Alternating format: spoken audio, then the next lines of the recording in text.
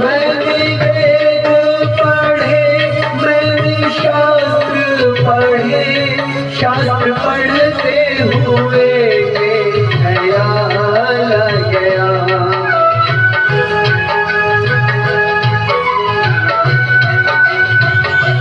मैंने वेद पढ़े, मैंने शास्त्र पढ़े, शास्त्र पढ़ते हुए ख्याल आ गया।